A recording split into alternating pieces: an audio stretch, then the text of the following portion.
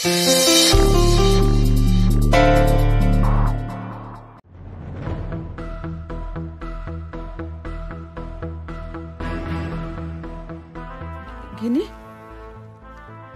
গিনি কি রে, কথা বলছে না কেন রে? নড়াচড়া করছে না কেন? কিছু হলো নাকি? হ্যাঁ, খারাপ কিছু হলো নাকি? খারাপ যদি কিছু হয়ে যায় রূপ, উফ, এই বয়সে তোর জন্য আমাকে জেল খাটতে হবে নাকি? আমার ভীষণ ভয় করছে রূপ, দেখ না। তুমি প্লিজ চুপ করো না, ও কিচ্ছু হয়নি, ওর জানলা তো খোলা আছে, হাওয়া আসছে তো, দম বন্ধ হয়নি, কিছু হয়নি ওর, ঠিকই আছে মনে হচ্ছে। একটা মানুষ যদি বেঁচে থাকে এরকম ভাবে পড়ে থাকে না রূপ, নড়াচড়াই করছে না তো, তুই দেখ না। উফ, আমি তোকে বারবার বলেছিলাম রূপ, বারবার বলেছিলাম এত বাড়াবাড়ি করিস না, কার কথা খেস না, আমার কথা তো একটাও শুনলি না। সারাটা জীবন তোর জন্য, শুধুমাত্র তোর জন্য আমার মাথা হেট হয়ে রইল। তোর সমস্ত কুকীর্তি ঢাকার জন্য আমাকে এই অন্যায়গুলো করতে হয়েছে তোর সঙ্গে। এ তো বউ ভাতের দিন, তোর জন্য তোর বাবা আমাকে কত কথা শোনালো। এখন যদি হিতে বিপরীত হয় তখন পুলিশ তো ছাড়, তোর বাবা আমাদের কি করবে বুঝতে পারছিস? মম প্লিজ একটু চুপ করো, আমাকে ভাবতে দাও, আমি দেখছি কি করা যায়।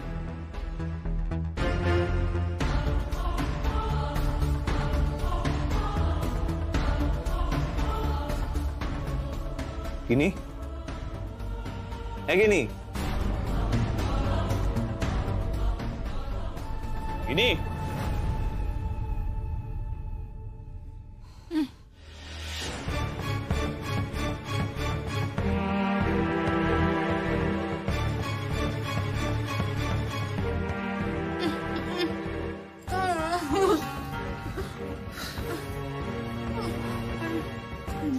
হ্যাঁ কি বলছো? কি বলছো বুঝতে পারছি না। এই ওঠো তো, ওঠো ওঠো ওঠো ওঠো ওঠো ওঠো, চলো। তুমি তো আবার বলছিলে তোমার শরীরের ক্ষতগুলো তুমি বাইরের লোককে দেখাবে। চলো চলো চলো। মম জানো, তোমার বৌমা গিনি আমাকে কালকে থ্রেট দিচ্ছিল। ও বলছিল যে ওর শরীরের ক্ষতগুলো নাকি মানিশাকে দেখাবে, বলবে আমরা কত খারাপ লোক। কত সাহস ওর, রূপ শ্যান্নালকে ফাঁসায়।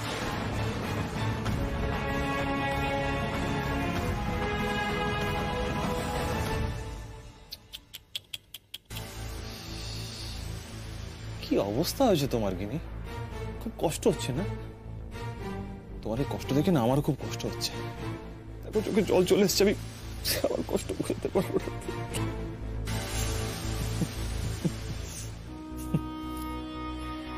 তোমাকে বারবার বলেছিলাম আমার সঙ্গে এসব করো না, কেন করতে গেলে? দেখো কি বিশ্রী অবস্থা হচ্ছে। ইনি বিশ্বাস করো, আমি তোমাকে ছেড়ে দেব। আরে আমি তোমাকে ছেড়েই দিতে চাই, তোমাকে রেখে আমার লাভ কি? তুমি তো আমার টাইপের মেয়েও নও যে আমাকে খুশি করতে পারবে। আমার ড্যাড ফিরে আসুক, ড্যাড ফিরে এলে ড্যাডকে ম্যানেজ করে আমার নামে, ওকে বেবি, বুঝতে পেরেছো? তারপরে তুমিও ফ্রি, আমিও ফ্রি। জল জল, কি হয়েছে? কিছু বলছো? কি বলছো? তোমার খিদে পেয়েছে, তেষ্টা পেয়েছে, জল খাবে? রূপ রূপ, ওর জন্য একটু জল নিয়ে আয় অন্তত। জল নিয়ে আয়, জলটা না পেলে খুব। যাচ্ছি। কি হলো? না না না না,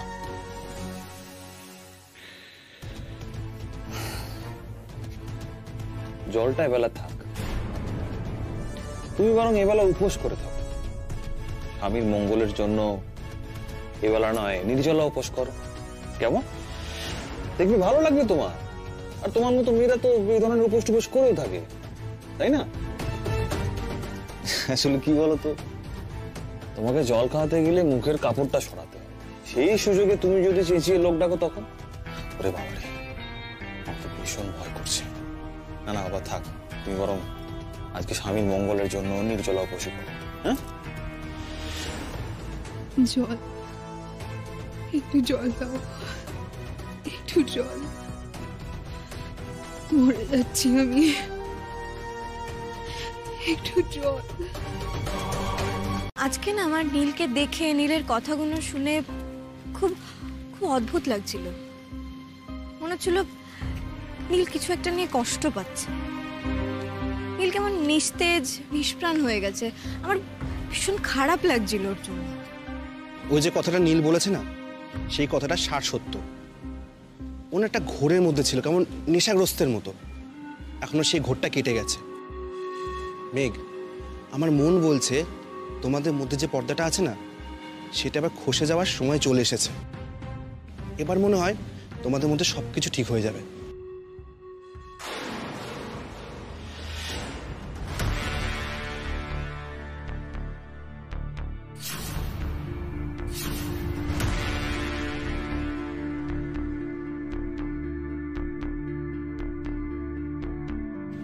মেঘ, কি হয়েছে? ওটা ওটা রূপের গাড়ি তো। তার মানে আমার সন্দেহই ঠিক। এই হানিমুনে যাওয়ার ব্যাপারটা পুরোপুরি মিথ্যে। তাহলে তো গিনি একটা বড়সড় বিপদের মধ্যে পড়েছে। কি হবে এবার? কি করে বাঁচাবো আমি গিনিকে?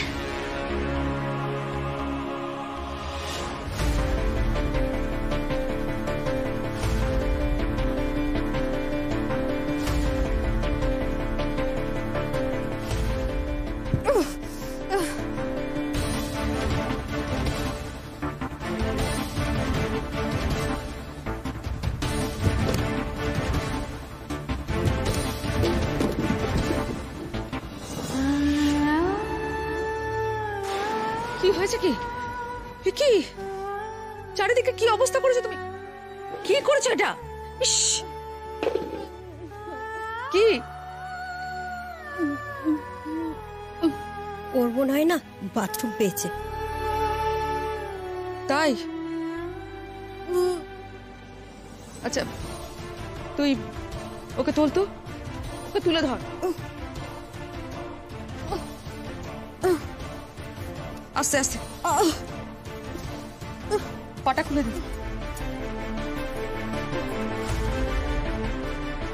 শোনো গিনি, তুমি কোনো চালাকি করার চেষ্টা করবে না কিন্তু, হ্যাঁ?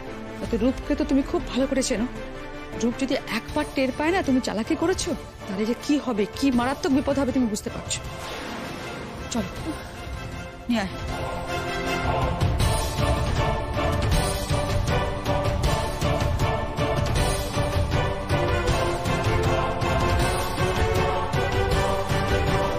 কি করবো আমি এবার?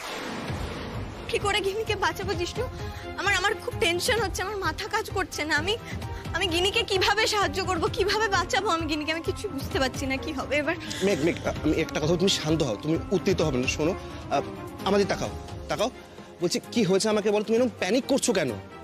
জিষ্ণু, এত কিছু বোঝাবার সময় আমার নেই। আমি শুধু তোমাকে এইটুকু বলতে পারি যে নীলের বোন গিনি একটা সাংঘাতিক বিপদে আছে। আমার মনে হচ্ছে যে গিনি শ্বশুর বাড়ির লোক না ওকে আটকে রেখে টর্চার করছে। কি? হ্যাঁ জিষ্ণু, আমি জানি না আমি এখন কি করব, কিন্তু আমাকে যে করে হোক গিনিকে বাঁচাতেই হবে। আমাকে এক্ষুনি গিনির বাড়িতে যেতে হবে। তুমি প্লিজ একটা ট্যাক্সি ধরো। মেঘ, তুমি আমাকে ওর বাড়ির অ্যাড্রেসটা দাও, আর তুমি একটা কাজ করো, তুমি নীলকে ফোন করো। নীল? এখন নীলকে ফোন করে কি হবে? দেখো মেঘ, গিনি নীলের বোন, আমার মনে হয় ওদের সত্যিটা জানা উচিত। দেখো, সেটা করা মানে এখন সময় নষ্ট করা।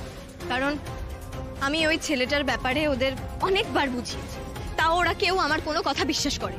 এখনো যদি আমি নীলকে বা ওদের বাড়ির লোককে কিছু বলি, ওরা এখনো আমাকে কিছুতেই বিশ্বাস করবে না। আর ওদের বোঝাতে গিয়ে আমার যে সময়টা চলে যাবে না, তাতে গিনির হয়তো অনেক বড় সর্বনাশ হয়ে যাবে। দেখো, যা করার আমাকেই করতে হবে। তুমি আমার হেল্প করতে পারলে করো, না হলে আমি একাই গিনিকে বাঁচিয়ে নেবো। আমি দেখছি কিছু মেঘ, পাওয়া যায়। মেঘ, শোনো শোনো, আমার কথা শোনো। তুমি তো এখান থেকে কিছু পাবে না। সেটাই, ফাঁকা রাস্তা, আমি তো এখানে একটা ট্যাক্সিও পাবো না। কিন্তু কি করবো এখন আমি? করবো কিছুতেই বুঝতে পারছি না। ভগবান, আমাকে প্লিজ বলে দাও এবার আমার কি করা উচিত। ইনি নিশ্চয়ই খুব বড় বিপদে পড়েছে। ইনিকে বোধহয় আটকে রেখে রূপ আর রূপের মা টর্চার করছে। আচ্ছা, ইনি কি অবস্থায় আছে এখন? হে ভগবান, আমাকে আমাকে যে করে হোক গিনির কাছে পৌঁছতেই হবে। মেঘ মেঘ তুমি শান্ত হও। শোনা, এরকম প্যানিক করে কোনো লাভ নেই। তুমি তো দেখতে পাচ্ছ এখানে কোনো গাড়ি বা ট্যাক্সি কিছুই তুমি পাবে না। তুমি বরঞ্চ একটা কাজ করো, তুমি আমাকে ঠিকানা দাও, আমি ক্যাব বুক করছি।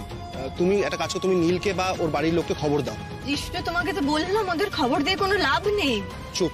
আর একটা কথা না, আমি যা বলছি সেটা করো। আর শোনো, মাথা ঠান্ডা করে করো। তোমাকে যে করেই হোক গিনিকে ওখান থেকে বের করতে হবে। তুমি এখন ঘেটে আছো, তুমি আমার কথাটা শোনো। দেখো, আমি তো তোমার বন্ধু, আমি তোমায় হেল্প করতে চাই।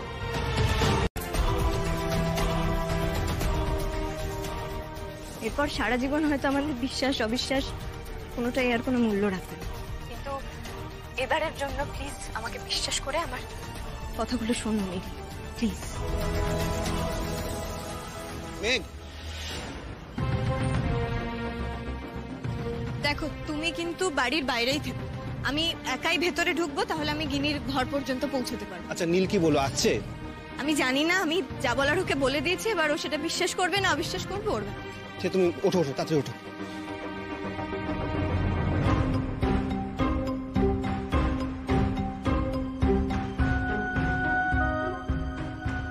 কিসব বললো মেঘ? গিনির বিপদ? ও গিনির বাড়ি চলে যাচ্ছে? মেঘ কি সত্যি বলছে? না, মেঘের গলা শুনে তো মনে হলো ও সিরিয়াস। না, আমারও ওখানে যাওয়ার দরকার।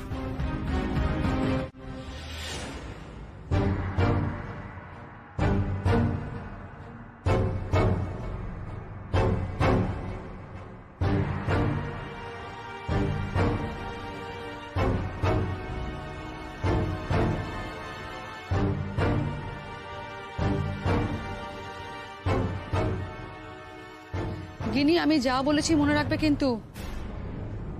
কি করব আমি? কি করব? দারুণ জোরে চিৎকার করব, কিন্তু সেই চিৎকারে যদি কেউ ছুটে না আসে, কারোর কানে যদি সেই চিৎকার না পৌঁছায়, তবে তবে তো অত্যাচারটাই বাড়বে আমার উপর। না না, অন্য কিছু একটা আমাকে ভাবতে হবে, অন্য অন্য একটা কিছু।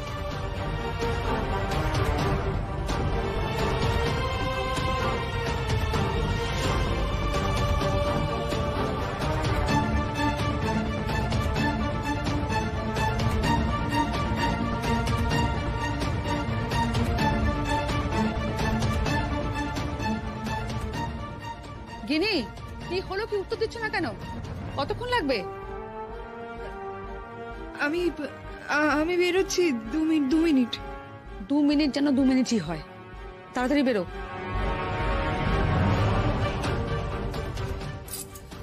কি কি পেতে পারি আমি?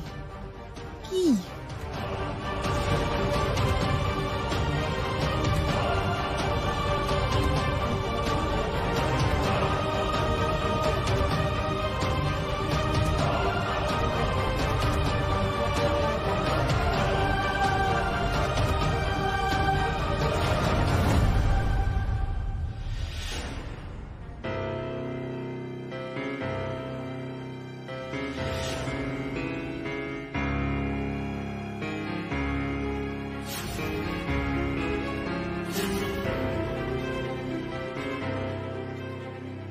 এটা বের করবো কি করে?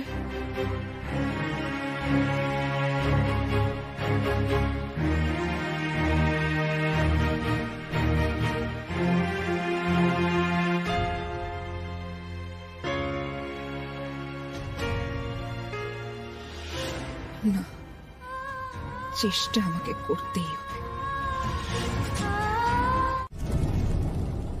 আমাকে সত্যি করে বলুন গিনি কোথায়, না হলে আমি অন্যভাবে সত্যি বলাতে বাধ্য হব। আরে কোন সত্যির কথা তুমি জানতে চাইছো? আমি তো বারবার এক কথা বলে যাচ্ছি যে ওরা ওরা সিনেমা দেখতে গেছে। আর শোনো, তুমি কে আমাকে প্রশ্নগুলো করা? তুমি কে? আমি কে সেটা না হয় পরে জানো, আপাতত আমার প্রশ্নের উত্তর দিন, না হলে যারা প্রশ্ন করতে পারে এরপর তারাও আসবে। সত্যি করে বলুন গিনি কোথায়? দেখুন, আপনার মিথ্যেগুলো এবার ধরা পড়ে যাচ্ছে। আপনি দুপুরে বললেন যে গিনি আর রূপ নাকি হানিমুনে গেছে, এখন সেই হানিমুনটা সিনেমা হয়ে গেল। আমাকে সত্যি করে বলুন গিনি কোথায়? গিনি, গিনি, আমি জানি তুমি এই বাড়িতেই আছো। গিনি, আমার প্রশ্নের উত্তর দাও, তুমি কোথায়? চুপ করো তুমি। গিনি ওপরে আছে, তাই তো? না, তুমি যাবে না। তুমি ওপরে যাবে না।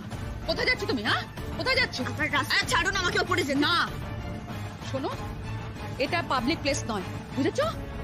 যে কেউ এসে গটগট করে ভেতরে চলে যাবে, তুমি যাবে না, যাবে না তুমি। আমি ওপরে যাব, আমাকে যেতে দিন। শোনো, এইবার কিন্তু আমি পুলিশ ডাকবো। মেঘ, ডাকুন ডাকুন, তাহলে আমারই সুবিধা হয়, কিন্তু এখন আমাকে আটকাবেন। আমাকে গিনির কাছে যেতে দিন। গিনি, দেখি ভাই, দেখি একটু শুনুন তো, কোথায় কোথায় সে গিনি? এই তো, এই তো। ছেড়ে দাও। কি হচ্ছে নাকি? কি হচ্ছে নাকি? বন্ধ করো। আরো দেখতে এসছে এখানে। আর আপনাদের কি বলছি, আপনাদের সকলকে আমি দেখে নেব, সবাইকে দেখে নেব, কাউকে ছাড়বো না। রূপ সান্যালকে ফাঁসানো তো সবার জীবন আমি যদি নরক না করে দিই, তাহলে আমার নাম রূপ সান্যাল নয়। আরে আপনারা তো একটা ওই মাথা খারাপ মেয়েকে আমার গলায় ঝুলিয়ে দিয়েছিলেন। আপনাদের তো কোনো দোষ নেই, সব দোষ আমার। এখন আমাকে দোষারোপ করছেন আপনারা। একটা কথা কিন্তু ভালো করে মনে রাখবেন, রূপ সান্যালকে ফাঁসানো অত সহজ নয়। আর আপনাদের ওই মেয়েকে বাজারে সকলের সামনে দাঁড়িয়ে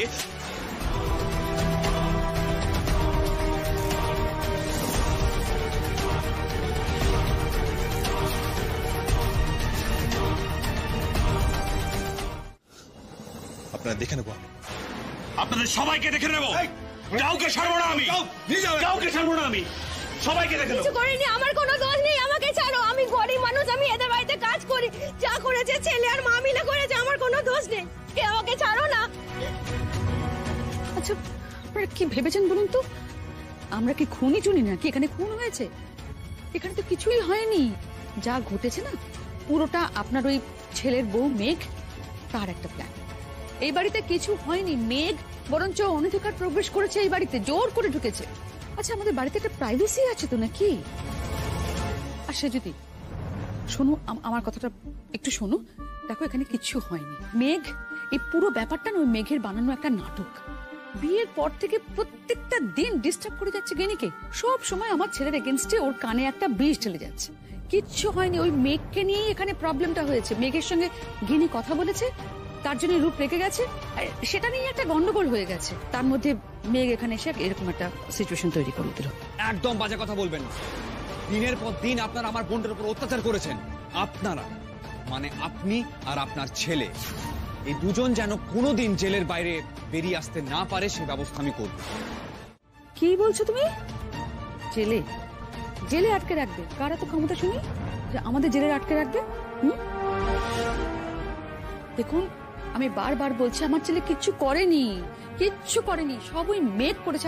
আমার ছেলের ওপর মেঘের অসম্ভব রাগ ছিল, তাই এটা করেছে। আমার ছেলেকে ফাঁসানোর জন্য ও এটা প্ল্যান করেছে। আপনারা প্লিজ কেউ কে বিশ্বাস করবেন না। চুপ একদম। এই ওনাকে নিয়ে যাও, একদম নিয়ে গিয়ে গাড়িতে তোলো, যাও। তোমরা জানো না আমি কে। আমি একটা ফোন করব না, সবার চাকরি নিয়ে টানাটানি হবে, বলে দিলাম। তোমরা জানো না আমি কে। আচ্ছা আপনাদের লজ্জা করছে না? এত অন্যায় করে তারপর আবার চোখ রাঙাচ্ছেন? এই ওনাকে নিয়ে যাও।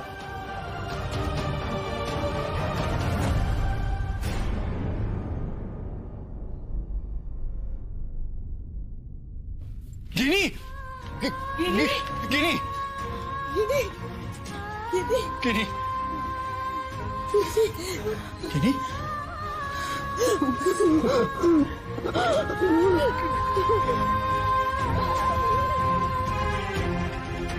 সব ঠিক হয়ে যাবে গিনি, সব ঠিক হয়ে যাবে।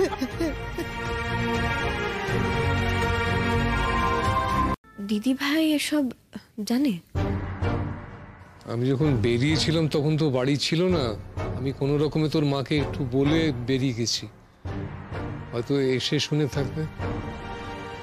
তুই এসব করিয়েছিস বল? তুই করিয়েছিস? করিয়েছি আমি করিয়েছি, বেশ করেছি। আমি কোনো ভুল করিনি, আমি কোনো অন্যায় করিনি। আমি যেটা করেছি একদম ঠিক করেছি। আমাকে কেন কথা শোনাচ্ছ তুমি এভাবে? অদ্ভুত কথা। মেঘের ভুল। ও তুমি জানো না? আমি তোমাকে বলছি ও এগুলো কেন বলেছে। ও এগুলো বলেছে কারণ রূপের প্রেমে ও পাগল ছিল, বুঝতে পেরেছো? ও রূপের প্রেমে পাগল, ওর সঙ্গে সবকিছু করতে রাজি ছিল, কিছুতেই ওর বাধ্য না। রূপ ভালো ছেলে, তাই জন্য রূপ ওর ফায়দা নেয়নি, সেটা মেঘের কপাল ভালো। রূপ গিনির ওপর টর্চার করছে দরজা বন্ধ করে, পুলিশ ও বাড়িতে গেছে, এরপরও তুই বলবি রূপ ভালো ছেলে? হ্যাঁ বলবো আমি ভালো ছেলে, অফকোর্স বলবো রূপ ভালো ছেলে, কারণ রূপ সত্যি ভালো ছেলে। পুরো দোষটা মেঘের, সবটা মেঘ করেছে। ওই মেয়েটা তো আমার জীবন নষ্ট করে দিল। এগুলো কেন করছে বলো তো? ও মেঘকে, ও মেঘ পাগল হয়ে গেছে। মেঘ হাতছাড়া করতে চায় না নীলকে, নীলকে নিজের কন্ট্রোলে রাখতে চায় ও। নীলকে আমার কিছুতেই হতে দেবে না, আমাকে ও হারাতে চায়, ও আমার জীবন নষ্ট করে দিতে চায়। কিন্তু এখনো চান্স আছে আমার কাছে। মা, মেঘ এখনো জিতে যায়নি, বুঝেছো তো? মেঘ এভাবে জিততে পারে না, মেঘ প্রত্যেকবার তো এভাবে জিততে পারেই না। আমি হারবো, আমি প্রত্যেকবার হারবো, মেঘ প্রত্যেকবার জিতবে, এটা তো আমি কিছুতেই হতে দেব না। আমি তোমাকে কথা দিচ্ছি মা, এই ময়ূরী, তোমার ময়ূরী হারবে না, কোনোদিন হারবে না।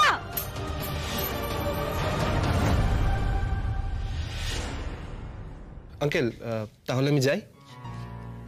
আরে তুমি আবার কোথায় যাবে? বাড়ি। বাড়ি মানে? পাকামি না করে চুপচাপ গাড়িতে ওঠো, তোমাকে আমরা ড্রপ করে দেবো। হ্যাঁ, না না, তার কোনো দরকার নেই, আমি চলে যেতে পারবো। কিন্তু তাও আমি আর বাপি অদরকারি কাজটা করব, তোমার কোনো সমস্যা আছে? না না, সমস্যা নেই, সমস্যা কেন হবে? কিন্তু শোনো, তুমি না আর একটাও কথা বলবে না, চল।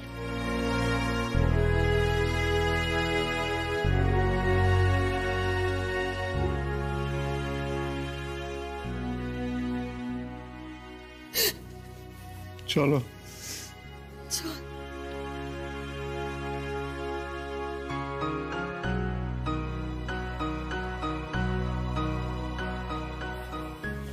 চলো বাড়ি চলো।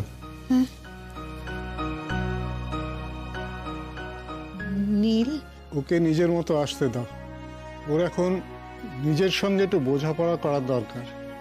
চল।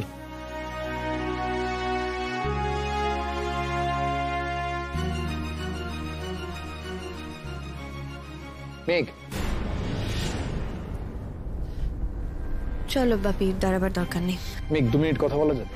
অনেক কথা হয়ে গেছে তোমার সঙ্গে, সব কথা শেষ, নতুন করে আমার আর কোনো কথা নেই নীল। কিন্তু আমার যে সব শেষ হয়নি মেঘ। তাতে তো আমার কিছু করার থাকে না, তাই না? মেঘ প্লিজ, তুমি আমার কথাটা শোনো। দেখো, আমাদের কথা বলাটা দরকার, তুমি আমাকে একটু সময় দাও। আমি তো তোমাকে বললাম নীল, আমাদের মধ্যে অনেক কথা হয়ে গেছে, সেই কথার একেবারে পাহাড় জমে গেছে। সেই কথার আমার জীবনে আর কোনো মূল্য নেই, সেই কথাগুলো না মরে গেছে।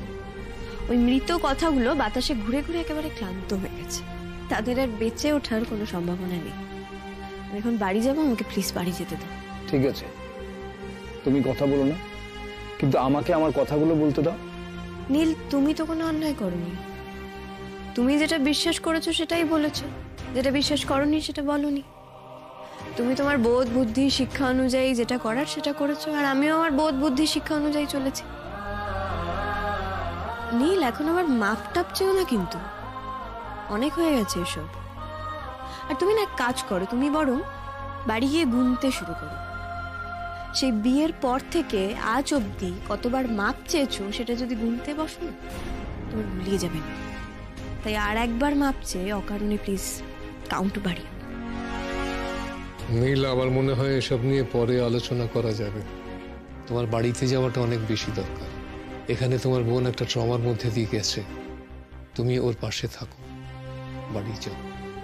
ঠিক আছে আঙ্কেল, তবে ও কথা দিক যে আমার কথাগুলো শুনবে। শেষবারের মতো অন্তত আমাকে আমার কথা বলার সুযোগটা দেওয়া হবে। সেসব নিয়ে পরে আলোচনা হবে, এখন তুমি বাড়ি যাও। এসো জিষ্ণু, এসো।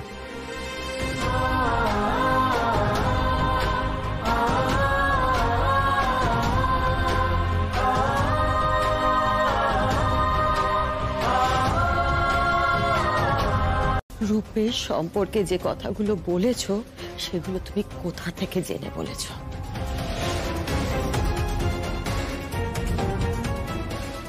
আমি মানে কাকিমণি, আমি তো ওর পাড়াতেই থাকি, ওর পাড়ার লোকে ওর সম্পর্কে কি কি ভাবে বা কি কি জানে সেগুলো আমরা একটু আগে শুনে এসেছি। রূপ একটি লম্পট ছেলে, ওর পাড়ার লোকে অ্যাটলিস্ট সবাই তাই বলে। রূপ মেয়েদের সর্বনাশ করে। ওর পাড়ার লোকে সবাই অবাক হয়ে গেছিল এটা ভেবে যে কোন ফ্যামিলি এত বোকা যে রূপের সাথে তার নিজের মেয়ের বিয়ে ঠিক করেছে। গোটা পাড়ার লোক এক কথা বলছিল ময়ূরী, শুধু তুমি একমাত্র ওই পাড়ার লোক হয়ে অন্য কথা বলছিল। কি করে ময়ূরী বলো, কি করে? কি করি আমি জেঠিমণি? ও তোমাদেরকে আমি কিভাবে বিশ্বাস করাবো আমাকে বলো তো? আমি যা জানতাম আমি সেটাই বলেছি, আমি একটাও মিথ্যে কথা বলিনি। তোমাদেরকে আমি মিথ্যে কথা কেন বলবো আমাকে বলো সেটা। লাল, তুমি আমাকে এই বাড়ির মেম্বার হয়তো ভাবো না, মানো না, কিন্তু জেঠিমণি কাকিমণি ওরা সবাই আমাকে এ বাড়ির একজন সদস্য মনে করেছে সবসময়। আমি নিজেও নিজেকে এই বাড়ির মেম্বার মনে করি। এই ফ্যামিলিটা তো আমারও। পরিবারের কেউ সর্বনাশ করলে তাকে কি বলে জানো তো? তাকে বলে ঘরের শত্রু বিভীষণ। না, আমি তোমাকে সেটাও বলবো না, কারণ তুমি তার থেকেও বেশি খারাপ। তুমি হলে মুখোশ পরা একজন শত্রু। জেঠিমণি, ও জেঠিমণি, তুমি এরকম চুপ করে আছো কেন? প্লিজ কিছু বলো না। ওদের কথার উত্তর দাও। দেখো আমার ব্যাপারে কি সব বলছে। আমার আর ভালো লাগছে না জেঠিমণি, আমার মরে যেতে ইচ্ছে করছে এবার। আমি আর পারছি না। তুমি আমাকে বলো না, তুমি আমাকে একবার বলো যে হ্যাঁ ময়ূরী, তুমি জেনে বুঝে ইচ্ছে করে মিথ্যে কথা বলে আমার গিরির জীবনটা সর্বনাশ করেছো, তাহলে আমি মেনে নেব। আমি সত্যি মেনে নেব। আমি সব ছেড়ে চলে যাব। আমি এত দূরে চলে যাব তোমরা জীবনেও আমাকে খুঁজে পাবে না। কিন্তু চুপ করে থেকো না জেঠিমণি, প্লিজ কিছু বলো। হে ঠাকুর, আমি তো আমার শেষ তাস খেলে ফেলেছি। এবার কি হবে? এই মহিলা কি বলবে এবার? এও কি ওদের সুরে সুর মেলাবে নাকি? এই মহিলাও যদি ওদের মতোই কথা বলে তাহলে তো সব শেষ হয়ে যাবে। ওকে বোধহয় আমাদের সকলের দোষ দেওয়াটা ঠিক হচ্ছে না, কারণ আমি অন্তত বিশ্বাস করতে চাই যে জেনে বুঝে একটা মানুষ এই রকম কাজ করতে পারে না। আর আমাদের দায়টাও তো আমরা এড়িয়ে যেতে পারি না।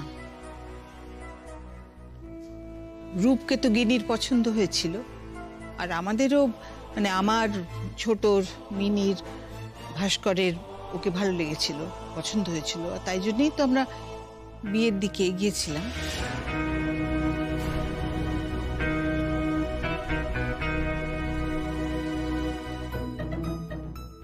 ইয়েস ময়ূরী, ইয়েস। আরো একবার তুমি জিতে গেলে। আসল সত্যিটা কেউ ধরতে পারলো না। জেঠিমণি, থ্যাংক ইউ। আচ্ছা জেঠিমণি, একটা কথা বলো তো, সেদিন যেদিন মেঘ রূপের চরিত্রের সব আসল কথাগুলো বলছিল, সেদিন যদি ময়ূরী রূপকে নিয়ে এত ভালো ভালো কথাগুলো না বলতো, তাহলে কি তোমরা এগোতে গিনির বিয়ের ব্যাপারে? এগোতে না। এগিয়েছিলে কারণ তোমরা সেদিন ময়ূরীর কথাগুলোকে বিশ্বাস করেছিলে, ভরসা করেছিলে ময়ূরীর কথা বিশ্বাস করে তোমরা আর কিচ্ছু ভেরিফাই করোনি। তাহলে ময়ূরীর যে কোনো দায় নেই এটা বলছো কি করে?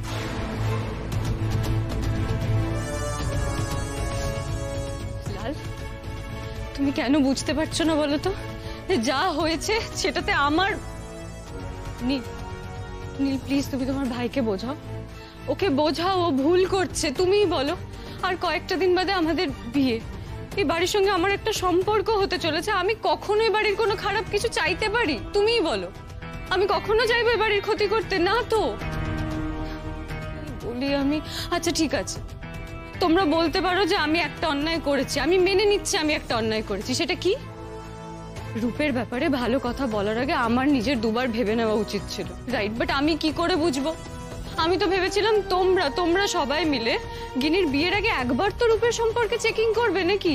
বাহ ময়ূরী, বাহ, অসাধারণ।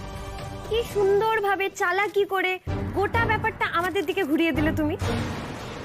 আসল ব্যাপারটা হচ্ছে তুমি রূপের সম্পর্কে সব জানতে তুমি। ওকে কি আবার হসপিটালে নিয়ে যেতে হবে, ব্লাড দিতে হবে? না না, এখন প্যারামিটার সব নর্মাল আছে, কিন্তু কি এমন ঘটেছিল যে এইভাবে প্রেশারটা বেড়ে গেল? আসলে ডক্টর বাগচি ও একটা ঘটনায় খুব এক্সাইটেড হয়ে পড়েছিল। আমি আমার হসপিটালে শিফট করছিলাম, কিন্তু অনিন্দবাবুর কথাতে এখানে নিয়ে এসেছি। ইমিডিয়েটলি হসপিটালাইজেশনের কোনো দরকার নেই, আমি ওষুধ দিয়ে দিয়েছি।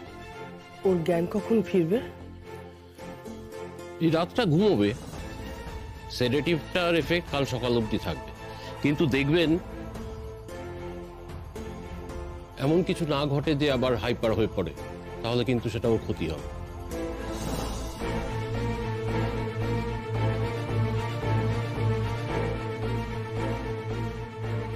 ইনস্ট্রাকশনগুলো এখানে লেখা আছে, আশা করি তুমি বুঝতেই পারবে। যদি কোনো সমস্যা হয় আমাকে একটা ফোন করবে। ঠিক আছে। না না, তোমাদের উঠতে হবে না, তোমরা এখানেই থাকো, ময়ূরীর পাশে থাকো, আমি চলে যেতে পারবো। Nice to see you doctor Ganguly, অনেকদিন বাদে দেখা হলো। Nice to see you too. হ্যাঁ, আপনার ছেলের সঙ্গেই তো মেঘের বিয়ে হয়েছে, তাই না? হ্যাঁ হ্যাঁ, আমার মনে আছে সেই সময় আমি সিঙ্গাপুরে একটা কাজে গিয়েছিলাম। তবে একটা কথা কিন্তু ডক্টর গাঙ্গুলি আপনাকে বলতেই হয় যে শুধু আপনার ছেলে নয়, আপনার পরিবারের সবাই অত্যন্ত লাকি, কারণ মেঘের মতো মেয়ে আপনারা পরিবারে পেয়েছেন। ওর সামনে বলে বলছি না, she is a gem of a girl. Uncle, আমি ও বাড়ির মেম্বার ছিলাম, এখন আর নেই।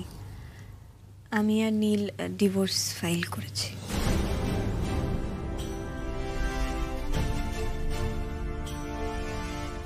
ও সরি, আমি ব্যাপারটা জানতাম না। এনিওয়ে, ভগবানের কাছে প্রার্থনা করি যাতে তুমি ভালো থাকো, আনন্দে থাকো। আসি। আপনি চা কফি কিছু খাবেন তো? আমি মেঘ, তোমার সঙ্গে আমার একটা কথা ছিল।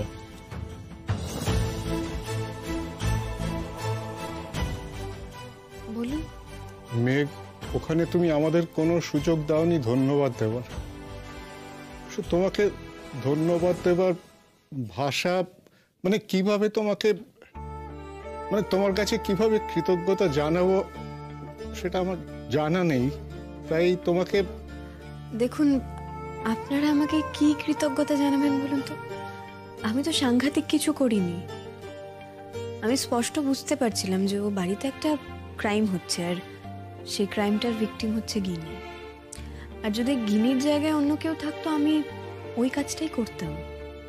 তাই শুধু শুধু কৃতজ্ঞতা দিয়ে আমাকে লজ্জা দেবেন না প্লিজ। না না মেঘ, তোমাকে ছোট করার কথা আমি কখনো ভাবতেই পারি না। তোমার সঙ্গে ওই বাড়িতে যা যা ঘটেছে, ওই বাড়ির মানুষজন যেভাবে তোমার সঙ্গে ব্যবহার করেছে, যে অপমান তোমার হয়েছে, তারপরে তো এই তিক্ততা তোমার মধ্যে থাকতেই পারে। কিন্তু মেঘ, তুমি বিশ্বাস করো আর না করো, আমি কিন্তু প্রথম থেকেই বলেছিলাম যে রূপ সম্পর্কে তুমি যা বলেছো সেটা অগ্রাহ্য করাটা ঠিক হচ্ছে না। হ্যাঁ, ভুল আমারও আছে। আমার যে তোমার কথায় বিশ্বাস ছিল সেটা আমি জোরের সঙ্গে এস্টাবলিশ করতে পারিনি। আমি অন্যদের কথাই মেনে নিয়েছি। কিন্তু তুমি বিশ্বাস করো, এসব কথা এখন থাকুক। মেঘ, তুমি কি শেষবারের মতো আমাদের সবাইকে ক্ষমা করে দিতে পারবে? আমাদের সব অন্যায় সবকিছু ভুলে গিয়ে আবার নতুন করে শুরু করতে পারবে? মেঘ, আমি তোমাকে ওই বাড়িতে নিয়ে যাব। আমি তোমার। দেখুন না, এই কথাগুলো এখন থাক, এসবের তো এখন আর কোনো প্রয়োজন নেই। মানে যেটা হওয়ার নয়, আপনি সেটা কেন ভাবছেন শুধু শুধু? ডক্টর গাঙ্গুলি, এসব কথা বললে কিন্তু ও একটু বিব্রত হচ্ছে। অরিন্দবাবু, আমি এই মেয়েটাকে হারাতে চাই না। তুমি মেঘ, আমাকে যে আঙ্কেল বলছো আমার ভালো লাগছে না মোটেই। আমি তো জানতাম অরিন্দবাবু তোমার বাপি আর আমি তোমার বাবা। দেখুন আঙ্কেল, প্লিজ আপনি আমাকে ক্ষমা করে দেবেন। আর আর আমি রিকোয়েস্ট করছি আপনি এভাবে কষ্ট পাবেন না প্লিজ। আই আন্ডারস্ট্যান্ড, আমি হঠাৎ একটু বেশি ইমোশনাল হয়ে পড়েছিলাম। আই এম সরি মেঘ, তোমার ডিসিশনকে আমি রেসপেক্ট করি। তুমি ভালো থেকো, সব ব্যাপারে সফল হও, এই আঙ্কেলের এই আশীর্বাদ তো সবসময় তোমার সঙ্গে থাকবে, কেমন? নীল ডাজন্ট ডিজার্ভ ইউ, একদম।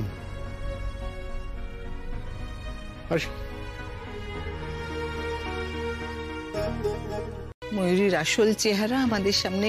এক মিনিট ডক্টর গাঙ্গুলি, ময়ূরীর আসল চেহারা বলতে? সেই প্রশ্ন তুমি করছো?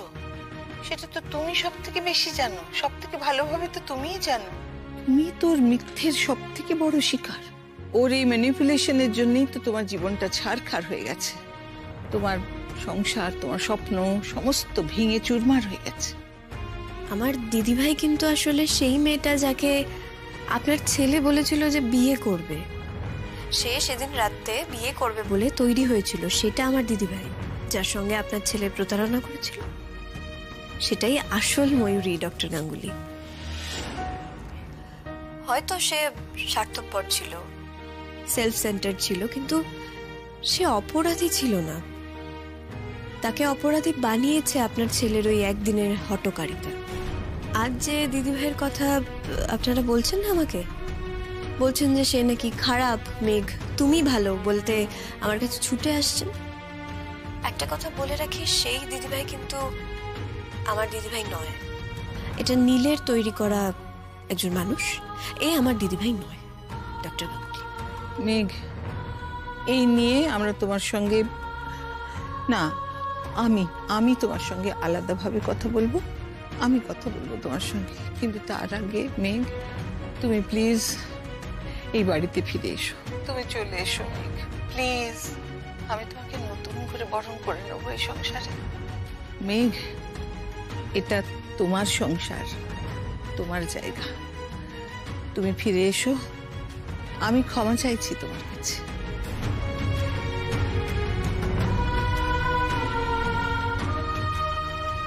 ডক্টর গাঙ্গুলি,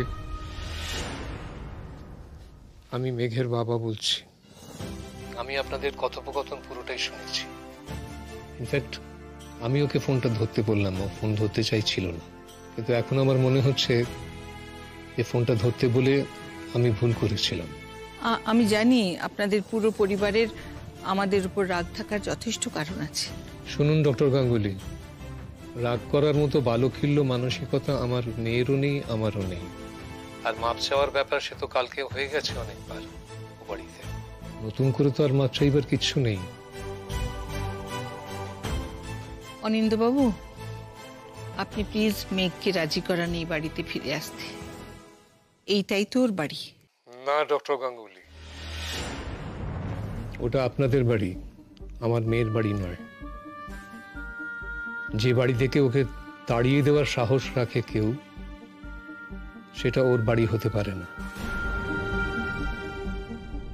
ওর বাড়ি এইটা, যেখানে ও জন্মেছে, বড় হয়েছে, যেখানে যে বাড়িতে ওর সকলের সঙ্গে সমান অধিকার।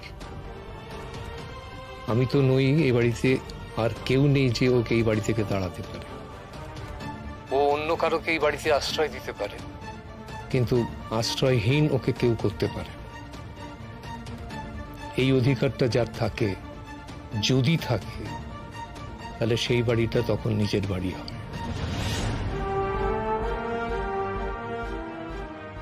আচ্ছা, আর একটা কথা, আপনি যখন ওই বাড়িতে ওকে ফিরে যেতে বললেন যে আপনারা মাপ চাইবেন ওর কাছে ফিরে গেলে, আপনি তখন কি ভেবেছিলেন?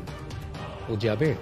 আপনার কি মনে হয়েছে যে মেঘ অত্যন্ত আত্মমর্যাদাহীন একটি মানুষ, যাকে আপনারা যখন খুশি তাড়িয়ে দিতে পারেন, আপনাদের বাড়ি থেকে সে সবকিছু নিয়ে বেরিয়ে আসবে, তারপর হঠাৎ কোনো সময় আপনাদের মনে হবে যে আপনারা ভুল করেছেন, তখন আবার ফোন করে বলবেন যে তুমি চলে এসো, তোমার কাছে আমরা মাপ চেয়ে নেব, তোমাকে বরণ করে নিয়ে আমরা তোমাকে ধন্য করব। অনিন্দবাবু, প্লিজ প্লিজ আপনি এইভাবে কথা বলবেন না। তাহলে কিভাবে বলবো বলুন তো ডক্টর গাঙ্গুলি? কিভাবে বললে আপনি বুঝতে পারবেন যে আত্মসম্মান বলে একটা জিনিস আছে এবং সেটা আমার মেয়ের মধ্যে অত্যন্ত প্রবল। আপনার এইভাবে ডাকা ওর সম্মানহানি ঘটাচ্ছে। তাই আমি চাইবো যে ভবিষ্যতে এরকম ভাবে ওকে ফোন করে আপনি বিরক্ত করবেন না প্লিজ। কি ভাবেন বলুন তো আপনারা নিজেদেরকে? প্লিজ আমি রিকোয়েস্ট করছি আপনি এইভাবে ফোন করে ভবিষ্যতে আমার মেয়েকে এই ধরনের কথা কখনো বলবেন না।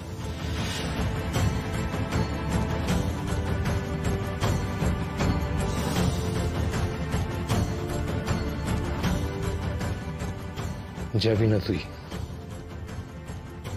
ওই বাড়িতে আর তোর যাবার দরকার নেই।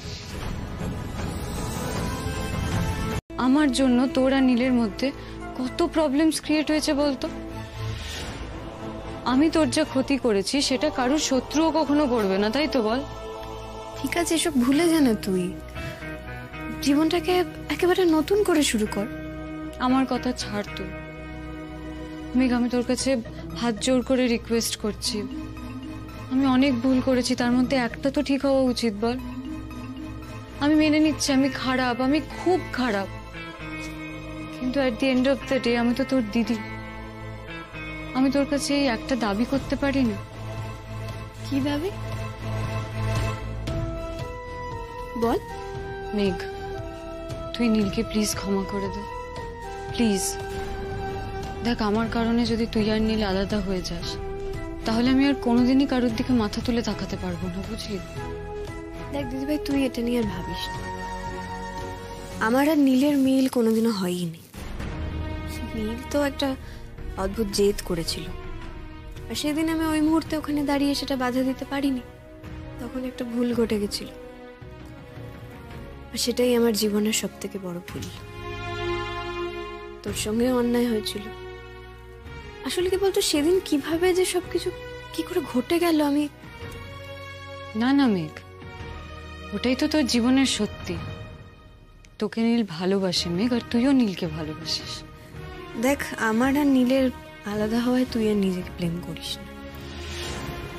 আমি জানি তুই আমার ব্যাপারে অনেক আজে বাজে কথা নীলকে বলেছিলি, বাট নীলের কি সেগুলো বিশ্বাস করা উচিত ছিল? ও যদি আমাকে ভালোবাসতো তাহলে কি সত্যি ও ওই কথাগুলো বিশ্বাস করতো? দেখ, ও যদি আমাকে ভালোবাসতো না, তোর এই কথাগুলো আমাদের সম্পর্কে একটা চিরও ধরাতে পারত। কিন্তু প্রত্যেকটা কথা বিশ্বাস করেছে। দেখ দিদিভাই, ভালোবাসা না এত সহজ না। কেউ আমার হাত ধরে টেনে নিয়ে গিয়ে আমার কপালে এক খাবলা সিঁদুর দিয়ে বলবে যে মেঘ আমি তোমাকে ভালোবাসি, ওটাকে ভালোবাসা বলে। হ্যাঁ, যদিও আমি এতদিন ভাবতাম যে ওটাই নাকি ভালোবাসা, বাট সেটা নয়। কিন্তু তুইও তো ভালোবেসেছিলি, তাই না? বেসেছিলাম। মেঘ, আমি তোকে চিনি। আমি জানি তুই একজনকে একবার ভালোবেসে ফেললে তাকেই সারা জীবন ভালোবাসবি। তুই নীলকেই সারা জীবন ভালোবাসবি। ভালোবাসলে বুঝবে সেটা আমার সমস্যা। দেখে ছাড় আমার এসব কথা নিয়ে, আর ভাল লাগছে না। তুই প্লিজ আমাকে নীলের ব্যাপারে কিছু বলিস না। কিন্তু তোর যে ওর কাছে যাওয়া দরকার, হি নিডস ইউ। এই কথাগুলো কি নীল তোকে বলতে বলেছে? তুই পাগল হয়ে গেছিস মেঘ? নীল আর কোনোদিনও আমার সঙ্গে কথা বলবে তোর মনে হয়? তাহলে ওর মা? মেঘ, তোর মাথাটা না একদম খারাপ হয়ে গেছে। মীনাক্ষী গাঙ্গুলি এরপর আর কোনোদিনই আমার মুখ দেখবে না, বুঝেছিস? আমি একটা অন্য কারণে তোকে বলছি যে তুই নীলকে সামলা। নীলের মধ্যে নিজেকে কন্ট্রোল না করতে পেরে একটা ভুলভাল কাজ করে ফেলার টেন্ডেন্সি তৈরি হচ্ছে। মানে কি বলতে চাইছিস? মানে নীলকে কিছু করেছে? তুই কি কিছু জানিস নীল কি করেছে? আমাকে এত প্রশ্ন করিস না, আমি তোকে ক্লিয়ারলি কিছুই বলতে পারবো না। দিদিভাই, তুই আমাকে প্লিজ বল, তুই কি জানিস নীল কি করেছে? আমাকে বল প্লিজ। আমি পারবো না। দিদিভাই প্লিজ বল, নীল কি করেছে আমাকে বল, আমার জানাটা দরকার। আমি বললে তুই আমাকে ভুল বুঝবি না তো? দেখ, তুই আমাকে আবার ভুল বুঝলে আমি... না, আমি বুঝবো না ভুল, আমি কথা দিচ্ছি। কিন্তু কি হয়েছে সেটা আমাকে বল।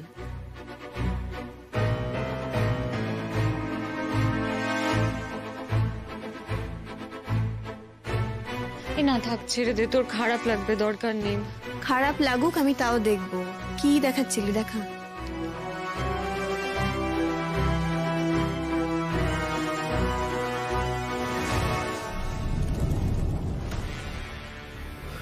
শোনো,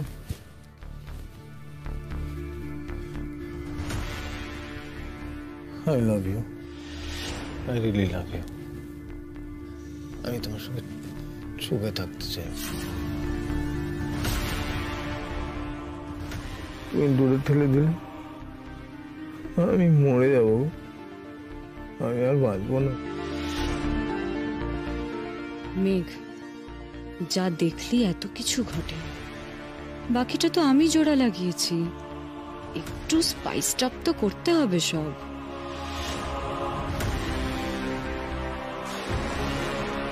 দিদি ভাই, ওই সময় তুই ফোনের ক্যামেরাটা কেন অন রেখেছিলি বলতো?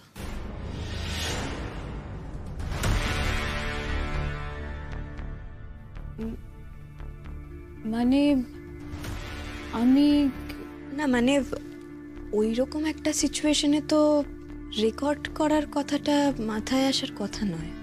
আমার মাথায় আসেনি মেঘ, আমাকে নীল বলেছিল ওই মুহূর্তগুলো ভুলে যেতে চাই না, তাই জন্যই। এনিওয়েজ, এখন এসব কথা থাক, আসছি।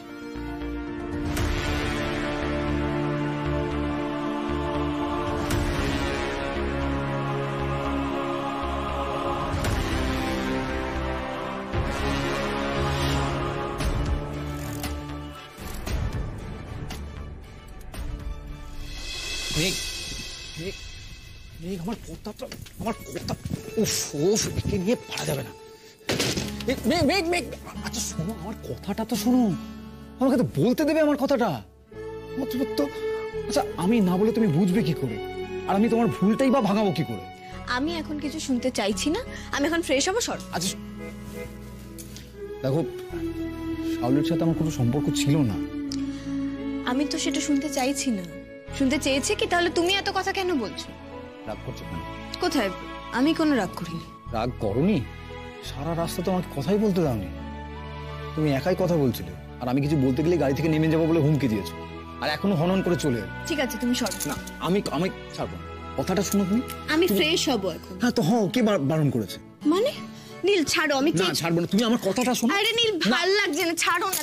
আরে শোনো না। আরে নীল, ছাড়ো। এরকম কেন করছো তুমি? আমি কি করলাম? উল্টে তুমি আমাকে জোর করছো, আর আমার লাগছে। ছাড়ো না। রাগ করছো কেন? আমার কোনো রাগ হয়নি। বুঝেছি, হিংসে হয়েছে। না, হিংসে হয়নি। হিংসে কেন হবে? তুমি ঘোরো না তোমার হাজারটা বান্ধবী নিয়ে, আমার কি? কিছু না। না, ছাড়ো তো। শোনো, আমার কথাটা তো শোনো।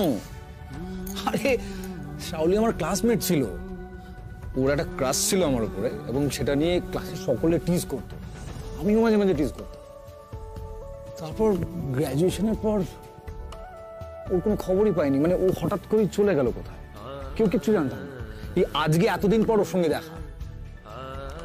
আমি এত কৈফিয়ত চেয়েছি তোমার থেকে? আমি দিলাম। এই আমি বাড়াবাড়ি কিছু করেছি? না, তা কেন করবে? সেরম কিছু করনি, শুধু ওই ওর বরের থেকে টেনে টেনে নিয়ে তুমি ওকে নিয়েই নাচছিলে, আর কিছু করো। তা আমি কি করবো বলো, তুমি তো ডান্স ফ্লোরে এলেই না। হ্যাঁ, সেই তাই তো। তোমার লজ্জা করছে না এখনো হাসতে? না, আমার তো দারুণ লাগছে। সেটাই, হ্যাঁ, ভালো তো লাগবেই। এত পুরনো বান্ধবী, এতদিন পর দেখা, তার কোমর ধরে নাচলে ভালো তো লাগবেই। নীল, তুমি ছাড়ো তো। আচ্ছা আচ্ছা, শোনো, একটা কথা কান খুলে শুনে রাখো, মাথায় ঢুকিয়ে নাও। তুমি আমার জীবনে একটা বড় সর্বনাশ করেছো মেঘ।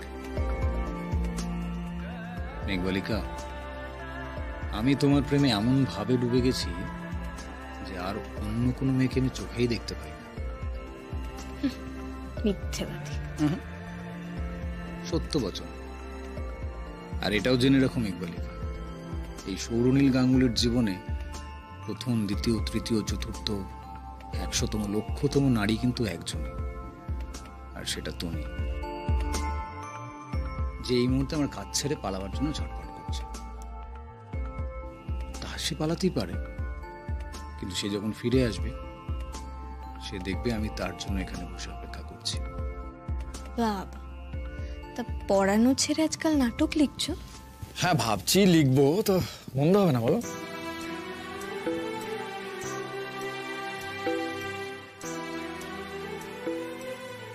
একটা কথা জেনে রাখো মেঘ, আমি আমার জীবনে কোনো মেয়েকে এমন ভাবে স্পর্শ করিনি, কেউ আমাকে এমন ভাবে টানেনি,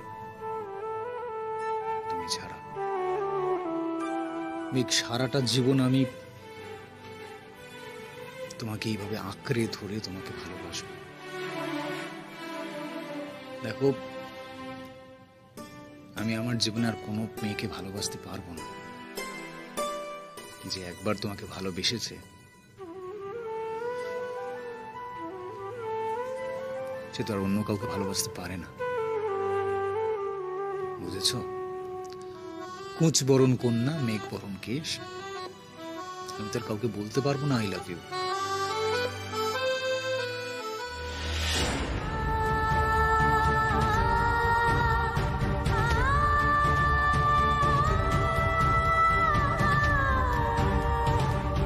আমার তো মুক্তিও নেই আর মরণও নেই, আর মরণ হবেও না আমার। এই জন্মের করা সব ভুল, সব পাপের দেনা তো এই জন্মেই শোধ করে যেতে হবে না। মা, তুমি কেন এরকম ভাবে বলছো বলো? তার কেনই বা এরকম ভাবছো? কেন ভাববো না বলতো? কেন ভাববো না? কি করেছি আমি সারা জীবন ধরে? আমি শুধু অপাত্রে স্নেহ দান করেছি, শাসন না করে শুধু প্রশ্রয় দিয়েছি। আমি তোর কাছে খারাপ মানা? তোকে তোকে দিনের পর দিন আমি শুধু যন্ত্রণা দিয়েছি, শুধু কষ্ট দিয়েছি। আমি তোর কাছেও খারাপ না? কারণ ভালো করিনি তো আমি, না কারণ ভালো করিনি, না ময়ূরীর না তোর। ও মা, এভাবে কেন বলছো বলো তো? আমার খুব কষ্ট হচ্ছে মা, এভাবে বলো না প্লিজ। ব্যাগ গোছাচ্ছিলি কেন? ওদিকে সব তাড়াতাড়ি মিটে গেলে আমি ক্লাস করতে যাব, তাই। তাড়াতাড়ি মিটে গেলে মানে আজকে সব শেষ করে দিবে নাকি?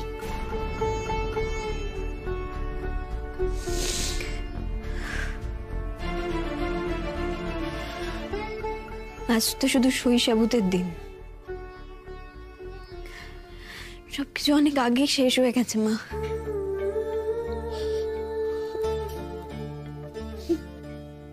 আমি দায়ী, সবকিছুর জন্য আমি দায়ী, আমি জানি। আমি একমাত্র দায়ী।